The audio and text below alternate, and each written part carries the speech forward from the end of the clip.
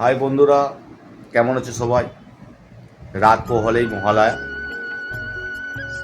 তো এখনকার জেনারেশন আর আমাদের জেনারেশন অনেকটাই তফাৎ। এখনকার জেনারেশন অনেক আমাদের মোবাইল অ্যান্ড্রয়েড নানা ধরনের এসে গেছে, ডিজিটাল জিনিস।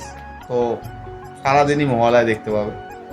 আমাদের জেনারেশনের আলাদাই একটা ভাব ছিল।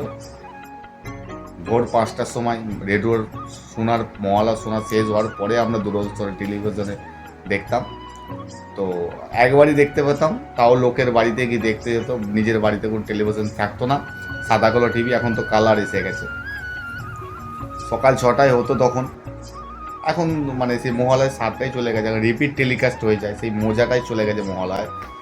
তো যাই হোক, সবাই এখনকার তো ছেলে মেয়েদের মানে কি, যা কিছু বায়না করে পুজোর সময়, তাতে তার বাবা মা কিংবা তার ঠাকুমা তার দিদার বাড়ি থেকে দেয়। আমাদের জেনারেশনের বাবারা খুব চাচি মাচি মানুষ ছিল, দিতে পারতো না। তো বন্ধুদের কোনো একটি জামা হয়ে গেলে আমরা তখন কান্নাকাটি শুরু করে দিতাম, জামাতে কবে যাওয়া হবে, ওই বাদের বন্ধুদের জামা হয়ে গেছে।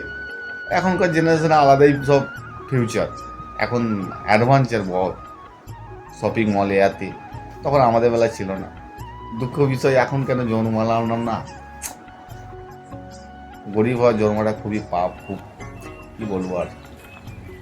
এখনকার জেনারেশন আর আমাদের জেনারেশনের সব অনেক তফাৎ। সবাইকে বন্ধুদের বলছি শুভ মহালয়া। দুর্গাপুজোটা খুব সুন্দরভাবে তোমাদের কাটুক। আর কে কোথায় ঠাকুর দেখতে গেলেও সবাই একটু ভিডিও করে বা কমেন্টে জানিও।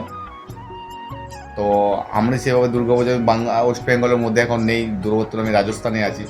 তো সেইভাবে দুর্গাপুজো হয় অনেক জায়গায়, কিন্তু সেভাবে ডিউটির ক্ষেত্রে আমরা দেখতে পারবো না।